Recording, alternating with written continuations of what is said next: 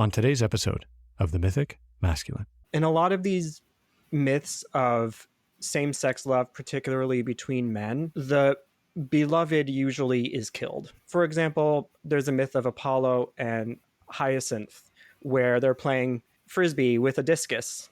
And for whatever reason, the discus either gets blown off course or it ricochets off the ground and hits Hyacinth in the head. He's dead.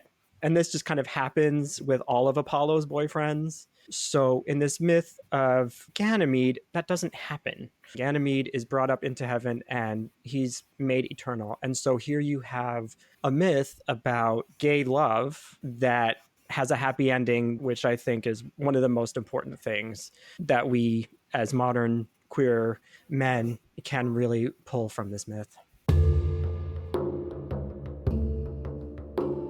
What does it mean to be a man today? And what is masculinity reclaimed from the toxic paradigm of domination and empire? In an era defined by polarized conflict and existential uncertainty, how can we draw upon the lens of mythopoetics to navigate the terrain of imaginal possibility? This podcast explores the historical, cultural, and contemporary voices that are once again realigning masculinity with thriving life. Greetings, dear listener. I'm your host, Ian McKenzie. On today's episode, we delve into the layers of myth and meaning surrounding same-sex love in mythology, exploring the fascinating tale of Ganymede, a myth that stands apart from other tragic tales of ancient love. Here, we uncover a story of enduring affection that doesn't end in loss, but in ascension, as Ganymede is welcomed to Olympus by Zeus and granted immortality. What does this myth offer modern queer men and the evolving dialogue around masculinity? My guest, who goes by Gregory Ganymedes, joins me to explore these questions, along with his own journey through Jungian psychology and the creation of the Ganymede Project. Together, we unravel themes of queer archetypes, dream analysis, the healing potential of myth, and the imaginal possibilities for a future that honors all of who we are. A heads up, you're welcome to check out my website to explore upcoming in-person and online offerings, as well as how to become a paid Substack supporter. I don't accept advertising and rely on listeners like you to fund the show. Visit themythicmasculine.com for more details. And now, enjoy my conversation with Gregory Ganymedes. Welcome, Greg, to the show. Thank you, Ian. It is a tremendous pleasure to be one of a fantastic cast of LGBT guests that you've had on your podcast. I couldn't be more honored. Well, thank you. This is a long time coming. This interview we've been trying to put together for a little while. And I'm trying to recall the first encounter I think I had with your work. This is in particular on your Instagram, which is called the Ganymede Project. And it might have been that you'd commented on a post, something I'd done. I thought I was intrigued by maybe the icon and the name of your Instagram. And so I followed it. And all of a sudden, I found this trove of beautiful work and inquiry into, maybe I just loosely understand as like a queer perspective on, Jungian psychoanalysis, it's a mouthful, as well as dreams and symbology, queer archetypes, really what has seemed to me, as I've also explored much of this territory around masculinity and mythology and, the mythopoetic men's movement, all this stuff, that there has been a real lack of work in this realm, in the realms that you've been discovering and uncovering and sharing. So I was really pleased to find that. And I was like, man, we got to talk. So really happy to be here. And again, it just speaks to actually the breadth of your work when I said, hey, what could we talk about? Could you compile some possibilities? And you sent me an email that was like, 30 or more links to like really interesting threads, of which I chased down a few, and so I think we'll get to a few this time, and perhaps in a future interview we can even dive deeper. So I'm excited.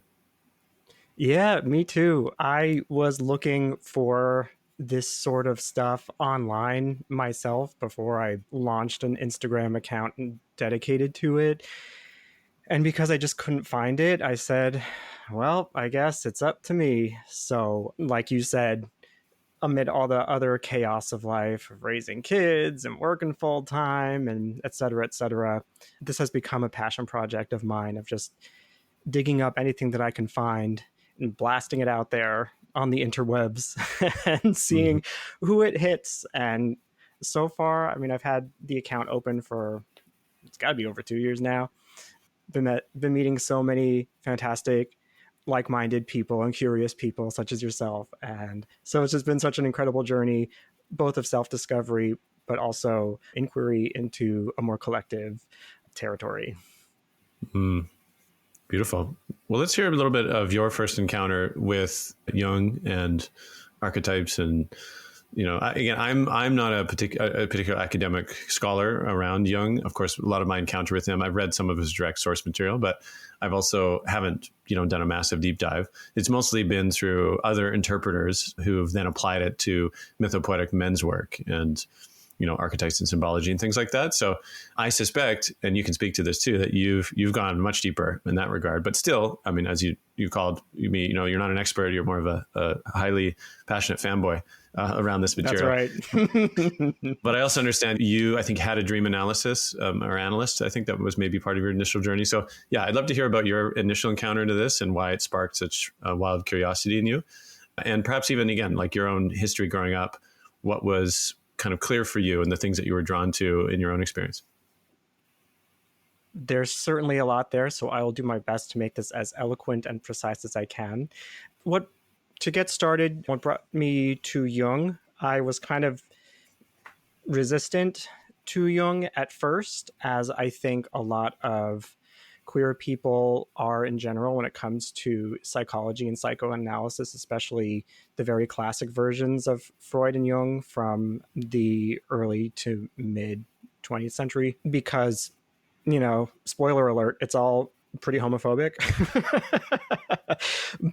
And people will say, oh yes, but they were still ahead of their time for whatever, and they were outspoken against the criminalization of homosexuals, and they saw these sodomy laws and buggery laws or what have you around them, and they were speaking out against them, and queer folks being institutionalized. Anyway, that's a whole other tangent, but that's all the background of why I myself was kind of resistant to learning more about Jung. But really what it came down to was I had been, just in my personal history, dreaming really vividly all my life, and just knowing that my dreams had a very special symbolism to them, but not really going that far into talking about my dreams with anyone who was trained to analyze them. So that was always a thing for me. But then also I would have these sort of experiences, what Jung would call like numinous experiences, or some sort of experience where you kind of come into contact with something that's just bigger than yourself. And it's overwhelming, and really wanting to find a meaning to it. Personally, I am a religious person. I come from a family history of religious observance.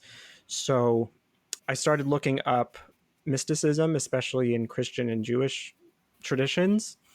And over again, as I was looking into writers on Christian mysticism, I would just keep running into Carl Jung. And I would just say, I don't know what this dead white Swiss guy would have to say anything about any of this. But his name and his materials just kept coming up over and over and over again. And I said, okay, fine. I'm going to read Carl Jung at least once. And so I picked up Man and His Symbols. So Man and His Symbols is a compilation of essays, not only by Jung, but by his cohort, which was kind of compiled to be an accessible, easy read for people who wanted to know what his psychology was all about. And it was great. It really was accessible. And I just remember reading his theory on the feminine aspect of men and the masculine aspects of women. And in his term individuation, the process involves integrating your contrasexual aspects of yourself. And that just turned me on so much because it was a very queer thing to read. And is this also the anima and animus like terminology, or is that similar or different than what you're referring to? Exactly. Yep. So for men, integrating your anima And this process of, at first, when you're not really in touch with her, she appears as this way. And then as you become closer and closer and further along this individuation process, she kind of turns into something else. And then for women, the animus does the same thing. So that whole theory, and also reading about masculine psychology, because unfortunately, for better or for worse, that was the primary focus of a lot of these writers in Man and His Symbols, is the masculine men's psychology. Women really got the short end of the stick on that one, but being a man, I still benefited from it. So yeah, I was hooked at that moment on, and I just kept on reading Jung. And I went into therapy with a therapist. I was at a point in my life where I really needed a therapist. I'm reading Jung. I wanted to talk about dreams. My therapist did not. And then I found myself a Jungian analyst, and I've been seeing the same analyst for 4 years now. Mm. Well, I love some of the terms that I think you'll use. I think my listeners, they'll have some degree of understanding of these terms. And I always like to treat it as a moment of just laying out some of the foundations again. So when you use the term, well, we said anima and animus, and that's the term I believe, Jung used to describe you said contrasexual, I think you said, right? Was the term. Right. So the man's connection to his feminine, would be his anima. And then a woman's would be her animus. Now, you use the term individuation as well, which, again, I'd love for you just to give a quick hot take on what does that mean in terms of Jungian approach to the psychology itself. Sure. So this is my best understanding. For listeners who want to correct me, I invite you to do so. But here's my best shot at it. Jung's psychology is known as a teleological psychology, which means that it's heading in a specific direction with a goal in mind. It has a valence to it. There's a direction that it's going. And the theory is that the psyche is much bigger than our ego. It compromises all of these complexes, which have these archetypal cores. And so the process of individuation is using your ego in a productive way to work with the other parts of your psyche that are not so conscious, they're all unconscious, to find meaning and purpose in your life and really become the best version of yourself that you can be during every phase of your life. A lot of people kind of treat individuation as like, it is a goal and I can reach it and then I'm done, but it's not that. And Jung himself and all his contemporaries and post-Jungians all say the same thing. It's a process, and they use the term like a circumambulation. This is what individuation is like. You keep running into the same themes over and over in your life, and every time you touch them, you have a different understanding and a different perspective on them. But it never stops. You just keep going around and around and just growing every step of the way. And that's my best understanding of what individuation is. Sounds to me, again, like this spiral of awakening, right? That, you have a moment and then suddenly you're back again. And sometimes it can feel, right? Some of you might encounter something like, what? I thought I was done with this. And, the opportunity, I think, presents itself too, to be different, to be changed by the journey you've been on since the last spiral, right? And to reapproach that moment differently.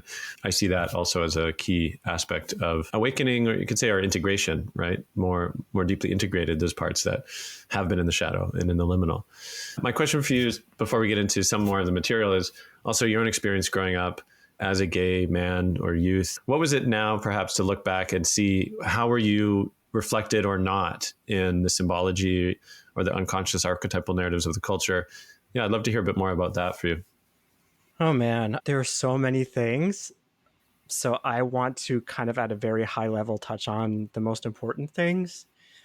I think very fortunately for me, I grew up in a home that was supportive of sexuality and gender variation and difference. I never got the feeling from any of my family members that I should be ashamed of who I was. I remember being a young child and playing dress up with my sisters and putting barrettes and stuff in my hair and wearing dresses and feeling great, and then also like playing more masculine roles and getting into that. And it was always just like such a great time, and playing with dolls and playing with Barbies. Of course, looking back at it, the sort of Barbie persona that I would have usually as a kid was very drag queen like. She was very sarcastic and mean and bitchy. And so, yeah, some things don't change. But outside of the house, did not really have role models. I mean, I grew up in a really, really small town and there were no role models. However, there was kind of this very loud silence or a very obvious void of people who were there in the community and who were friends with my parents and teachers at my school, etc., who, looking back on it, were obviously queer, but they never spoke about it. Their entire lives were in complete secrecy. And so unconsciously, I was absorbing that message from those around me that this is something you're not supposed to talk about, and this is a very shameful thing. And so naturally, I was in denial and I repressed all these things about myself just because that was the example in front of me unconsciously. Like no one told me we don't want any of these things to be spoken about. It just wasn't spoken about. There was no language for it. The only examples I could see of queer people were these kind of stock characters on shows. Will and Grace was a prominent show when I was growing up, but it was very much, sitcom. So it was for laughs and for drama, very small on like actual human things. And I wasn't watching Will and Grace as a teenager. It just wasn't my thing. So that's my best attempt at answering that question. It took a lot of imagination to get through that. Well, thank you for that. You've done an exploration of archetypes that you have put forth around gay archetypes, right? Of which I, have on Instagram. And one, I kind of want to touch on this too first, because I would be curious how these jostle with, if we're talking about the sort of typical masculine archetypes, right? That are, I say typical in the sense more mainstream, more heteronormative, put forth by Robert Moore and Douglas Gillette, of course, King, Warrior, Magician, Lover. King, Warrior, Magician, Lover. There's the big four. And but to be fair, I suppose, Bly also in Iron John, I think near the end of it, he does say there's others. There's like Grief Man, right? He talks about that. And of course, the Wild Man as this sort of primordial archetype. And I believe there's others. Michael Meade as well, when I spoke to him, he spoke about how it's always dangerous to kind of codify archetypes, right? Because he said, look, they're always changing. And as soon as you sort of say, okay, these are the ones, the dangers, of course, is like, okay, now they become the universalist paradigm of this is how they are and will always be. And so I think you've done a great service of extrapolating or doing your own work with this. And so one, I'd be curious for you to speak on, how do you approach this idea of archetypes in relation to, for example, the mainstream big four, hetero big four, versus the ones that you put together, and why that's important to you and to maybe queer men as well? That's so wonderful, Ian. Thank you for bringing this up. I've had the pleasure and the honor of doing some other interviews, and you're the first to really hit on this. So the beauty of archetypes is that they're collective, and so every human has access to these, and they're pushing and pulling at us in different ways, all of us, not just some of us, but all of us.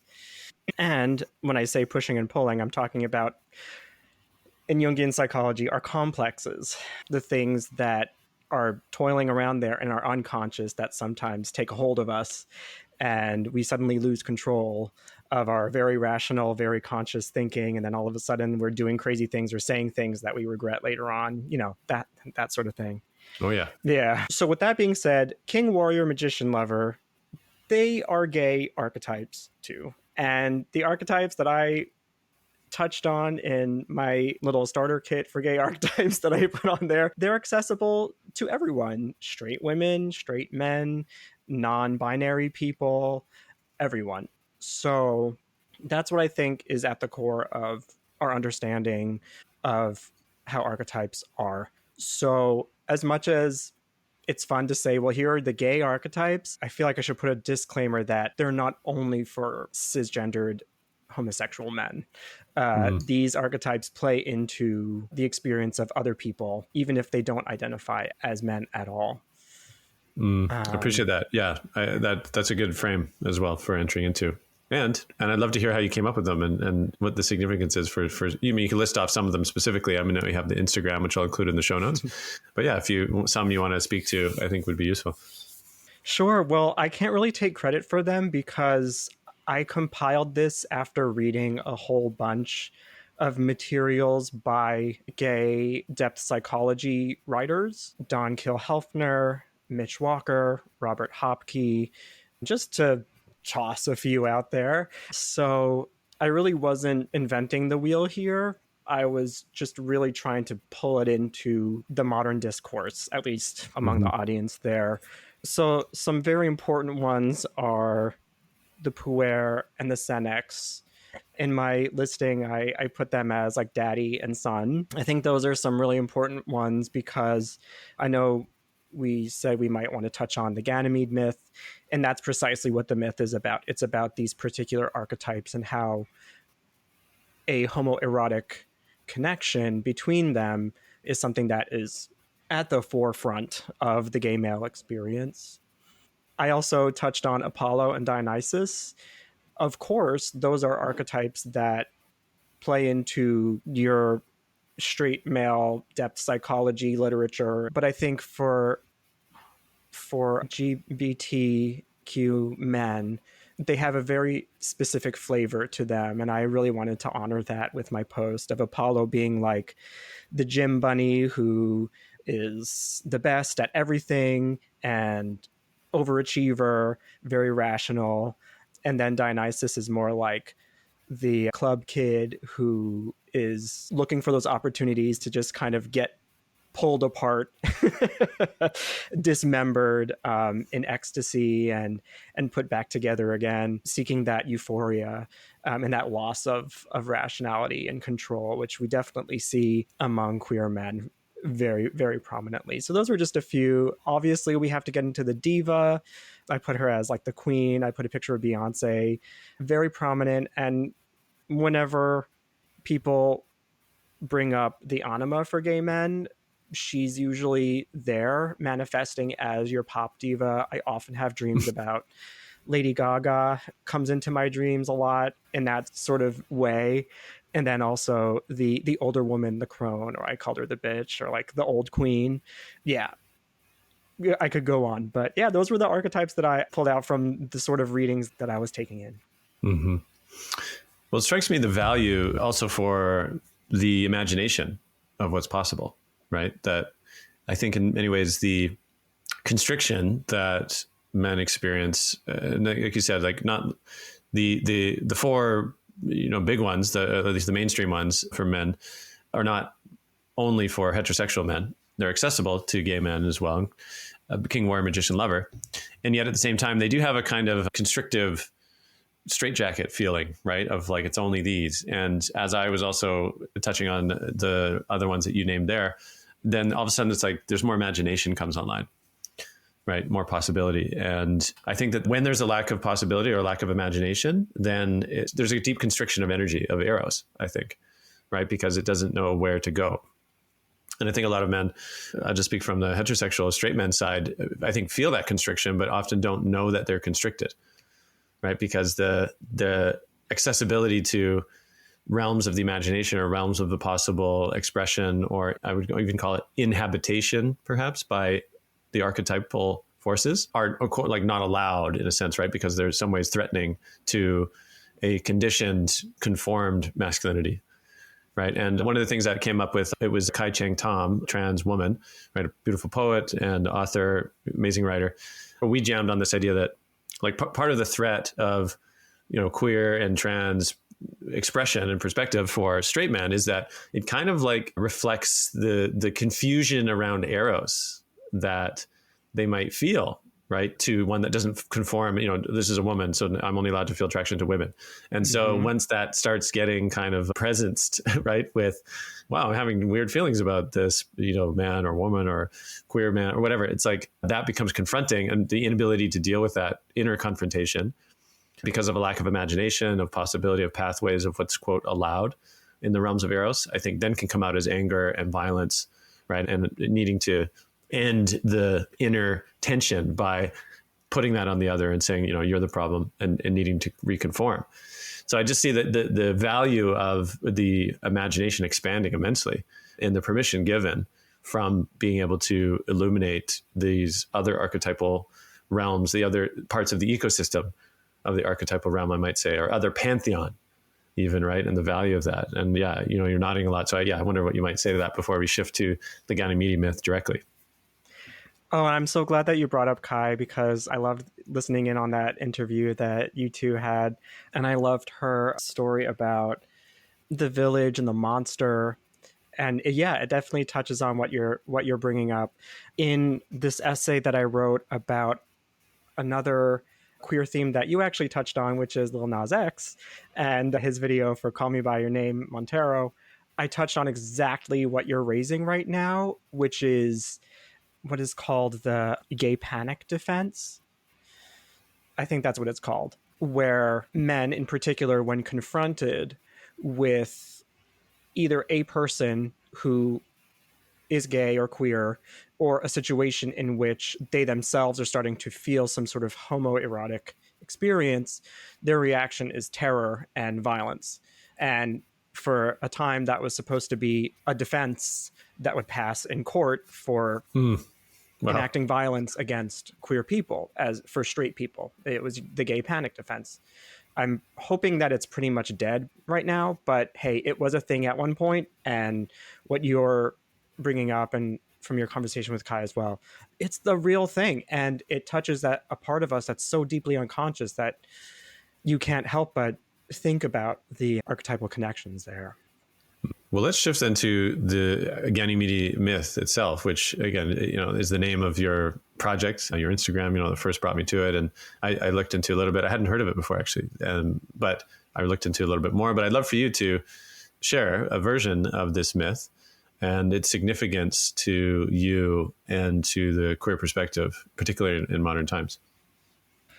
This is a good one. So the Ganymede myth is that there was a prince of Troy whose name is Ganymede. I'll refer to him in the present because he's immortal. So he was out hunting. In some versions of the myth, I think he might have been out shepherding or hunting. But anyway, he was out in the wilderness or in the fields outside somewhere. And it was there that the father of the gods, the great Zeus, noticed Ganymede's incredible beauty, and very much like the horny Zeus, he coveted that young man, and either in some versions takes the form of an eagle, or he sends out his eagle to fly down from Olympus, grab Ganymede from the ground, and just snatch him up and carry him up back to Olympus to be the cupbearer both to Zeus and to the gods, who up to that point, the role was taken by Zeus and his wife Hera's daughter Hebe. She was the cupbearer, but she got deposed in order for Ganymede to take that spot. That's fascinating. Just to name that, because I understand then there's this link to the constellation of Aquarius, right, and the cupbearer, and I think that it's typically depicted as a woman as the cupbearer. Is that correct? It kind of goes either way, and I think that the constellation Aquarius, again, someone please correct me on this if I'm wrong, it predates probably the myth of Ganymede. I know that the constellation harkens back to ancient Syrian, Assyrian astronomy. But yeah, I think Aquarius has been depicted as both male and female. And in recognition of Ganymede, in kind of further mythologizing this character, because essentially he's a mortal person who's been made immortal. Apotheosis, I think, is the term for that, where a mortal person is pulled up and made immortal. It's very common in these sort of myths where they're made into a constellation because those things don't change from generation to generation. And so that's kind of an immortal aspect of Ganymede that probably was added on maybe a bit later, but it kind of made sense. It just so happens that the eagle constellation Aquila is very close to the Aquarius constellation. So it works. And so is Pisces swimming in the waters coming out from the the water bearer's jug. And so what would you say the significance is? I mean, it's obviously been significant to you because you've even taken that as the name of your efforts, the Ganymede Project. There's also this link to Aquarius, as we just named, and Aquarius is this new age. And also there's something around the qualities of this age, which seem to be about boundary dissolution, right? And it's fascinating to me also to track folks like Jordan Peterson, for example, who seems very kind of hell-bent on continuing to uphold boundary and category, right? And that's one way of understanding the kind of controversy around him initially sort of coming to the world stage because of, it was like language police or whatever around gender. But again, kind of railing against this dissolution of boundary of like, what is a man? What is a woman? This trans phobia, intensity. And so that's all there. He's sort of also an archetypal figure now in the mass consciousness, right? Like one fellow, Daniel Pinchbeck, actually did this essay on him, calling him the troll king, right? Like there's like a kind of a small town preacher, who's sort of like railing against. And again, I know he has a lot of value for not just, but also for young men who seem, like missing a father figure who gives some tough but compassionate love. And, that's in there too. But there's something around this idea of boundaries being dissolved, which is, invokes a lot of terror in people, right? And I would say this is most prominently, in a sense, controversially happening within gender and gender dynamics and roles, particularly in this time. A lot of youth are, experimenting or even making decisions, of course, on shifting their gender, or, I don't want to get into like decisions of why or why not medical and hormonal therapy and stuff. It's not that. It's just that there's clearly a kind of dissolution of clear boundaries, right, around these domains. There's a medicine in that too, though, right? In the sense of the trans of to carry across, right? Or to go between as well, not just in trans perspective, but in queer perspective, to queer as a way of actually getting out of a constricting binary, right? And allowing more in. And so for me, these all constellate when I hear a little bit of this, Ganymede Project or the Ganymede myth. And I wonder for you, how is this all swimming together in its significance for you, particularly in this time? Oh my goodness. I was ready to just sit here for the next 20 minutes and listen to you just keep going off. So sorry, I got a little bit lost in just soaking up everything that you were saying. You are such a great source of knowledge and insight. So Ian, oh my goodness, you ask such good questions and you have such great insight. Sorry, I'm just soaking that all in for a minute. So just give me a minute. Please, take your time. Yeah. And before it flees my mind, the prefix trans also brings to mind transgression. There is a book, and oh my goodness, I'm kicking myself because I can't recall the name of the author, but the book is called Phallos, and it's by a Jungian psychotherapist who passed away not too long ago. But it's an incredible book. Oh my goodness, I can't remember his name, but he touched on the word transgression in such a way that really is coming to mind in our conversation here, because to transgress really does mean not so much to do something that's wrong, but to cross a boundary, to dissipate a border, a boundary, to cross the line. So yeah, we're definitely doing that. And as far as Ganymede goes, I kind of brought up the fact that Zeus is married to Hera, and bringing Ganymede in, you could anticipate that could cross some lines. And so I think that's kind of where the myth might play in more to a more heteronormative audience of where does homo eros fit into hetero eros, perhaps. But from the queer perspective, I think the myth is important to me, first and foremost, because Ganymede is made eternal and he's not killed, he doesn't die. In a lot of these myths of same-sex love, particularly between men, the beloved usually is killed. And this is because back in those days, they practiced pederasty.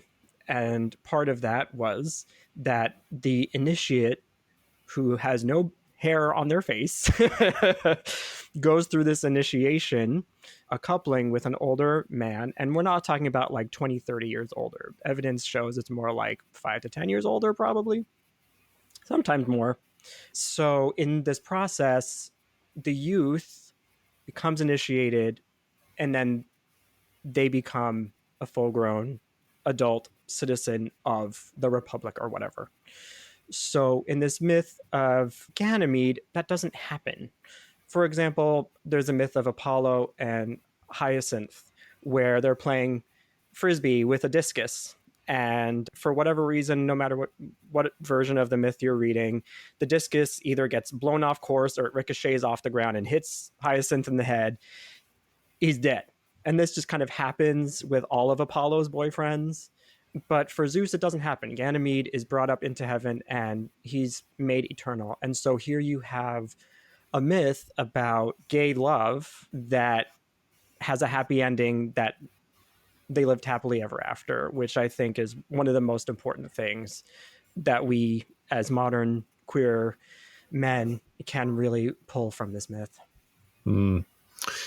That is really key, actually. I think that, you know, what you just shared there, because as I'm recalling, and again, I'm perhaps not the best sense of the scope of media that's out there, right, and stories that are out there for gay men or queer men, that there's a lack, I think you're speaking to, of a kind of like a happy ever after. You know, I'm thinking, of course, I don't know, like Brokeback Mountain or something comes to mind, of course, and that ends in deep tragedy, where again, it's like the narrative is presented somewhat within a context that generally it's forbidden, right? And I think another one was Moonlight, right? I believe with black men as well.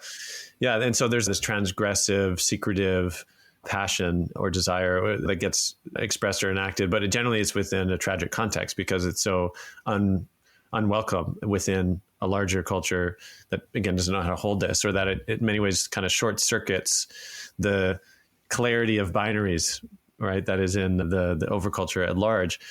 And so with this myth, I can see like what you're saying, the fact that it actually represents a kind of happily ever after example feels vital actually for men in particular who are desperate, right, for tales that actually show, can this ever work out, you know, in the mythic imagination.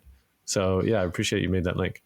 And not only that, you have the tale of a father sky god figure who has an affinity for pretty boys, which for most of us who have been raised in sky father religions or faith traditions, you don't have that. You have the sky father who tells you, no way. And if you even think about it, you're done for. Good So point. that's another really big one. Well, let's shift gears a little bit to dream analysis as well, because it's been such a part of your own experience. And I would just be curious, yeah, like could you offer a bit of insight, again, of your own experience in this, the value of it, and perhaps what questions or what kind of approach could someone listening as well bring to their dreams, right? Rather than just like, wow, I just had this crazy dream. But like, what's a way to maybe do some like basic analysis approach? Well, I think it just starts with knowing how to recall and write down your dreams. That's a major thing. And that seems to be the watershed practice when it comes to dream analysis, because it can be really hard getting into that practice of remembering your dreams and just writing them down. And even after I've been doing this for several years now, I still wake up and I'm thinking about a dream I had, and there's always this reaction to be like, that wasn't an important dream. That wasn't a big dream. Like nothing serious happened. So I'm just gonna not write it down. And then I'm kicking myself later because I'm like, why am I doing this? Like there's something in there that has value. Why am I devaluing it? And that kind of speaks to why alchemy is such a great allegory for psychoanalysis, dream analysis, that sort of thing.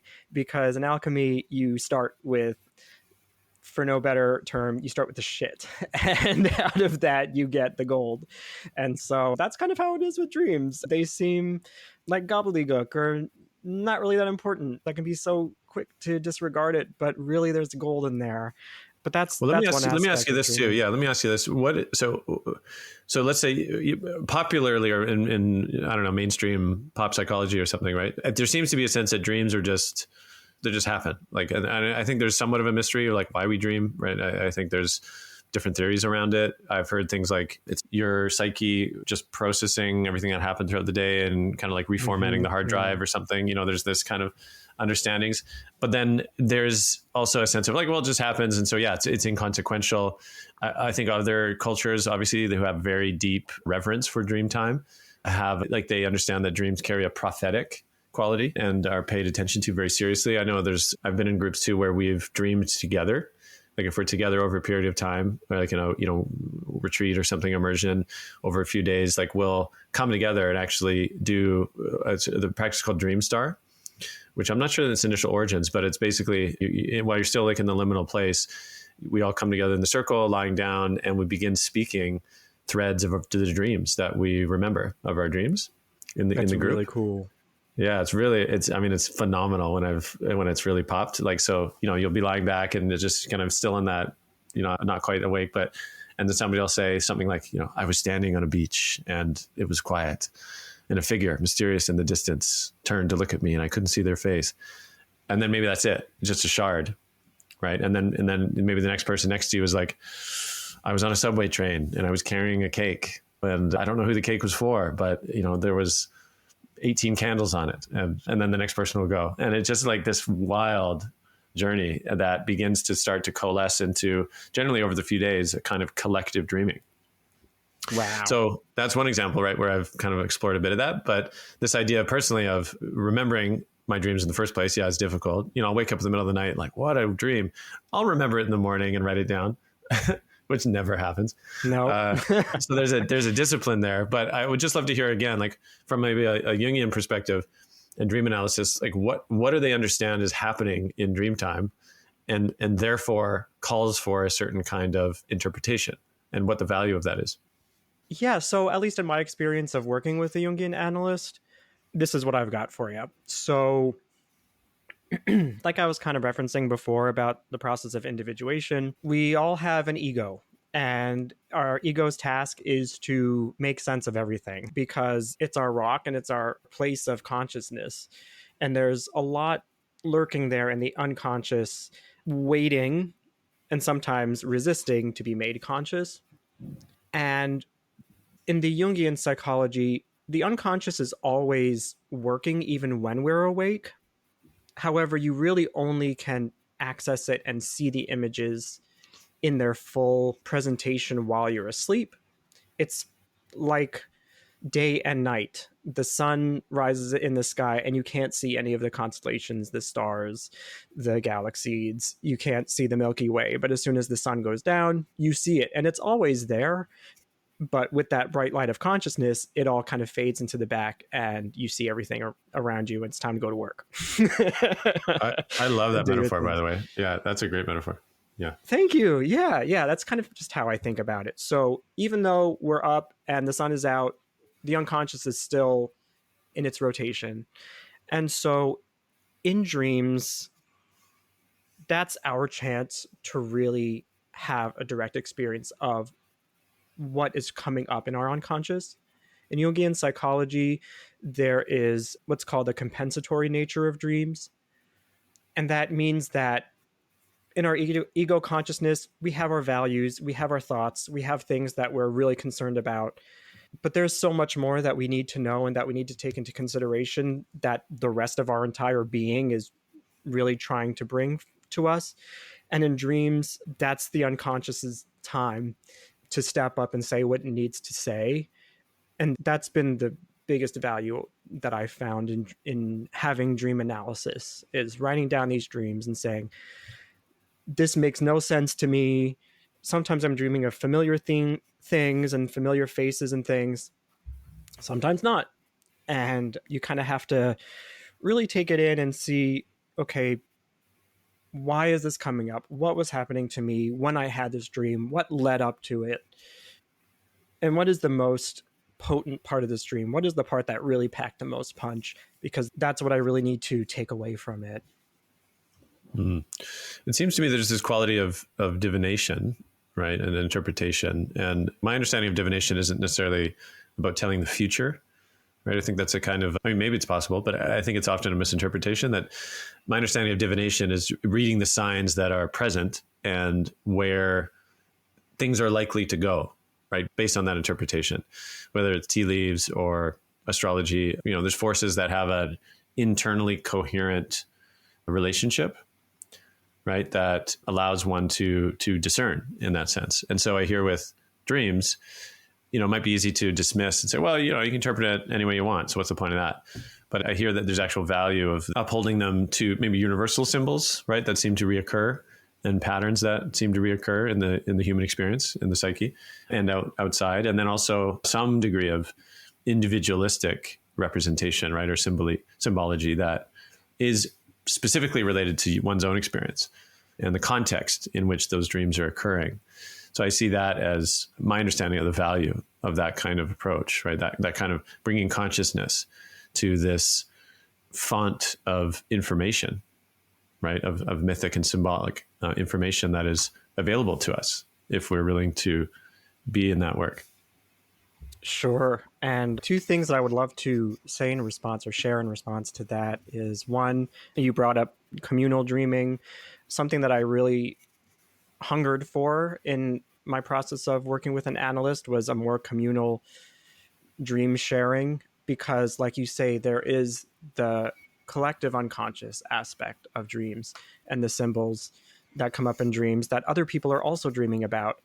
And so I took it upon myself to kick off organizing some dream groups that are specifically for queer men. And it's been a fantastic little experiment in finding ways that the symbols and the themes that come up in our dreams collectively have such a depth of meaning and symbolism for us because of our subjective nature as queer men. And another thing I wanted to bring up was just the therapeutic aspect, because I know you brought up the divinatory nature of dreams. There, of course, is that dimension to it. I think something that's also special about dreams is just their ability to heal us. The god Asclepius from the Greek pantheon is the Apollo's son and the god of healing. And part of the process of healing in the temples of Asclepius was to have a dream, is to go to the temple, have your dream. Perhaps you already know all this. And then the priest has a snake who would go up to your ear and whisper something into your ear. And then you have this dream, and then you wake up and you share your dream. And that's part of figuring out what's going to bring you the healing that you're looking for. And so I think in dreams, we can call it the compensatory nature or whatever. But in my experience of dreaming, it's totally that. I dream about all these things that are causing me such suffering and stress that I'm not even aware of. And it's there in the dream, sometimes in very inconspicuous ways. And I'm like, yes, that's what that is. And then suddenly, because I can differentiate from it, I can hold it at arm's length and look at it and have a conversation with it. That's the act of bringing consciousness to it, of this is why I've always felt this way. And this is why I always do this thing. This is why I always react in this way to this particular thing. And now it's not in control of me. We are working together and figuring out what's at the source of that and how I can untangle this sort of knot that's there.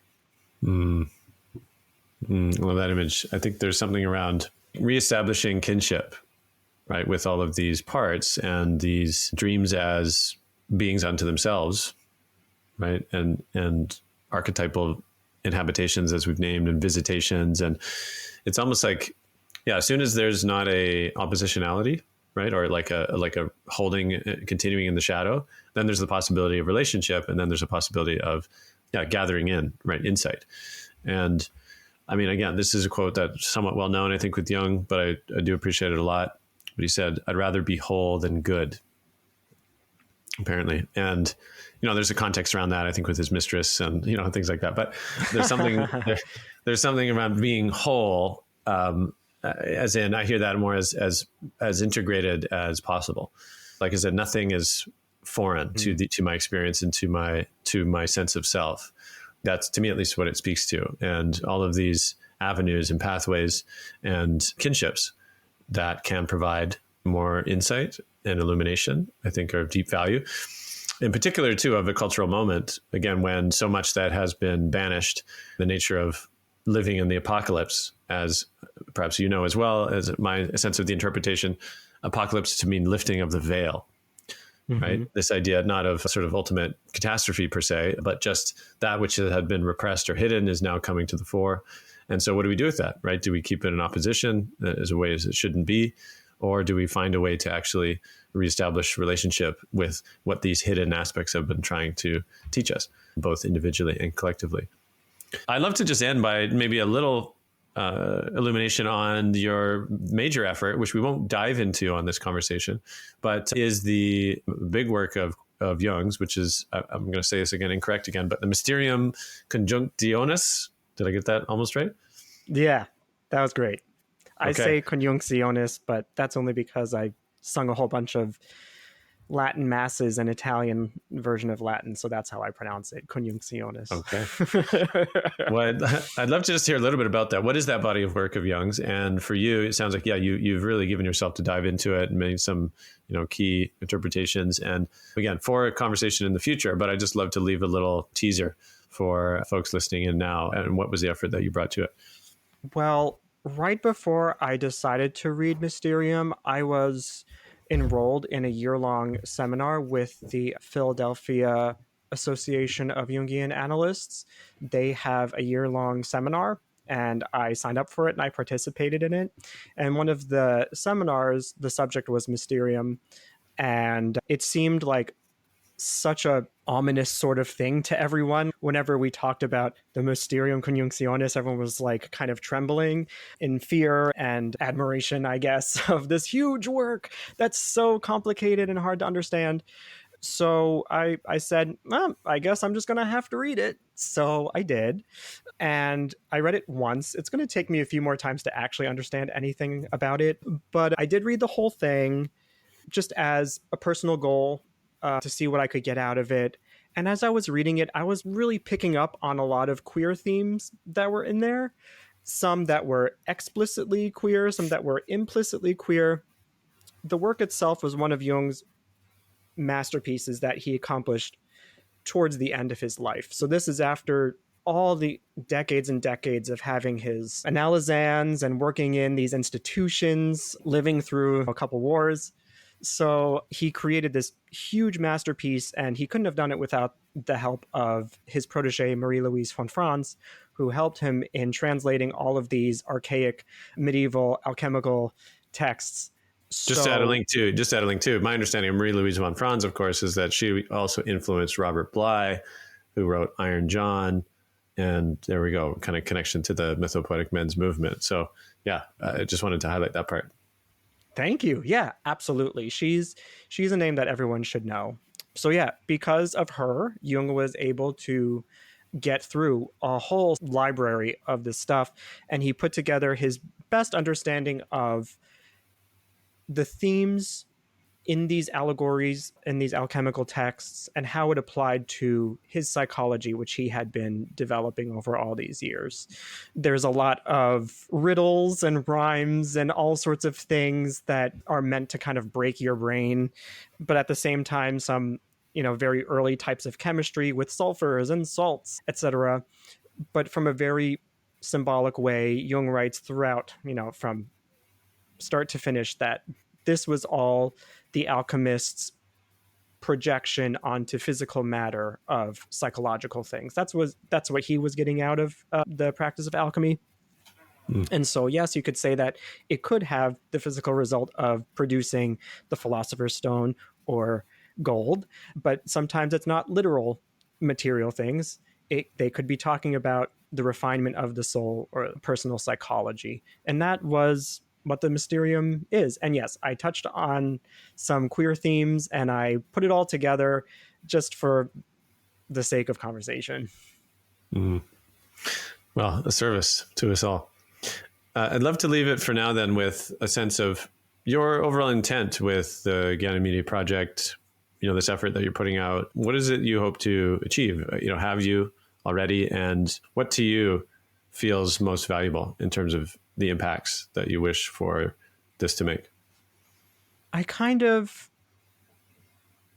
do feel that it's achieved what I hoped it would. It's kind of fun because I know it's not the most popular of accounts. I just broke 1,000 followers, which to me felt like a really great thing. But there are other accounts that are sharing similar things that have far more followers than I do. And that makes it kind of feel special to me because I really feel like I'm putting something, to use that word again, transgressive out there for people's consideration. And it's not everyone's cup of tea, but it's going to get people thinking. It's going to make them have some sort of reaction. And fortunately, some of the reactions have been really endearing and enriching. And I've learned so much. And I'm just kind of leaving it to be my personal passion project to evolve in any way that it does, including conversations like the one we're having right now, which are just so much fun. Perhaps for other queer men in particular, but queer folk, like what do you feel, for example, you were there and you didn't see this kind of stuff out there. So you've put it on yourself to do so. And so what do you hope that impact is? So I hope that whatever I'm doing is a kickoff to a chain reaction out there in the world. I would love to have more books to add to my reading list. I would love to have more seminars to go to, more lectures to go to, movies to watch, operas to hear, songs to listen to, more art to view. As you yourself mentioned, I make visual art very prevalent on my account, and that is because in the Jungian tradition, art is particularly potent for evoking things from the unconscious that can be put out there for other people to interact with in a nonverbal sort of way. So yeah, I hope that what I'm doing inspires other people to do the same and create more of a place for queer-focused depth psychology in the mainstream. Well, may this conversation as well be a welcome addition to that trove. Greg, thanks so much for your time. I'm glad we finally made it happen, and super appreciate our conversation today. Thank you, Ian. Yeah, again, your insight and your questions are fantastic. And I will say it again, I'm very honored to be one of several really fantastic guests that you've had on your podcast. I'm so glad that you yourself, as someone whose focus is on masculine psychology, to really pull in a diversity of voices and perspectives. It means a lot. You don't even know.